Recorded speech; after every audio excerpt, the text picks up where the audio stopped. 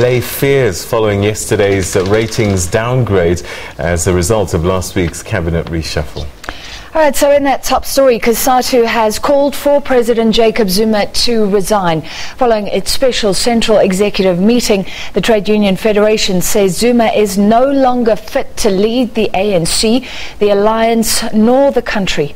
It lambasted him for not consulting alliance partners on the cabinet reshuffle, which it says was not based on merit but political loyalty.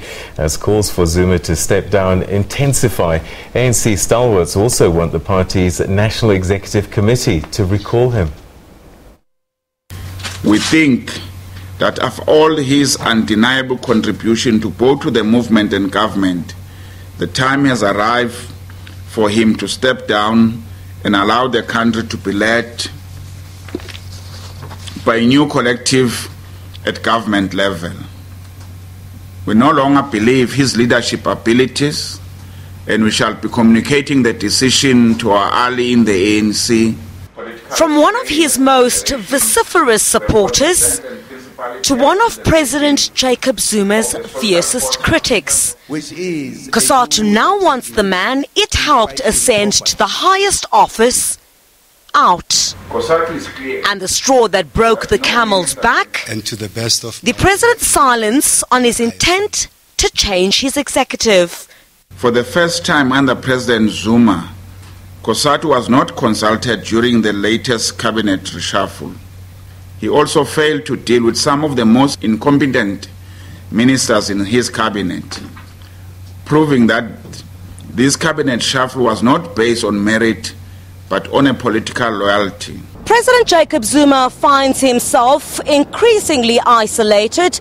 Cosatu's vote of no confidence follows that of the SACP, his biggest and most loyal allies, now turning against him. And the state of the tripartite alliance precarious. Clearly, if you look within the alliance, it is clear that President Jacob Zuma does no longer have support. And I think that other members of the alliance, that is your SACP and Cosatu, have come to the reality that the president is actually a liability. If you are going to self-correct problems within the ANC, that platform does no longer exist within the party. So hopes are within the tripartite alliance as to whether they can come up with a dignified way through which to deal with this problem that exists within the ANC. ANC veterans, on the other hand, want the ANC's National Executive Committee to act. For us, this president has actually decided to take the role of the president of the country as one that is totally delinked and in defiance of his organization and the Constitutional Court and Parliament. And we believe that the ANC needs to take regard of this, because it's a very dangerous line and precedent. Civil society too, armed with voices and placards. With calls from within the alliance now unprecedented, the pressure is mounting. The president's fate now lies with Luthuli House.